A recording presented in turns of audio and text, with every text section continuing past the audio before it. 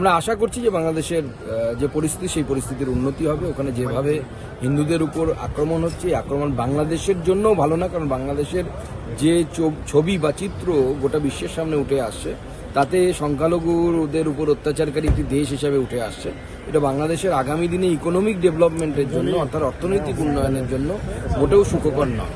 আর আমাদের প্রাক্তন প্রধানমন্ত্রী স্বর্গীয় অটল বিহারী বাজপেয়ী বলতেন যে আপনি আপনার বন্ধু পরিবর্তন করতে পারেন, কিন্তু আপনার প্রতিবেশী পরিবর্তন করতে পারেন না।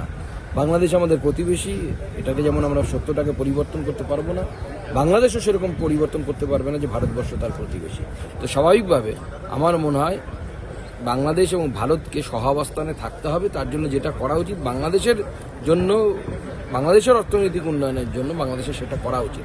কিছু পাবলিক আছে বাংলাদেশে যারা ধর্মীয় উন্মাদনার কারণে এই ধরনের একটা অ্যাটমসফিয়ার তৈরি করার চেষ্টা করছে যে 4 দিনে কলকাতা দখল করে নেব। 4 দিনের জন্য আমরা ওয়েট করে আছি, দেখতে চাই কোথায় কলকাতা দখল হচ্ছে। আমি তো বলেছি আমাদের সিভিক ভলেন্টিয়াররাই যথেষ্ট আছে বাংলাদেশের মোকাবিলা করার জন্য।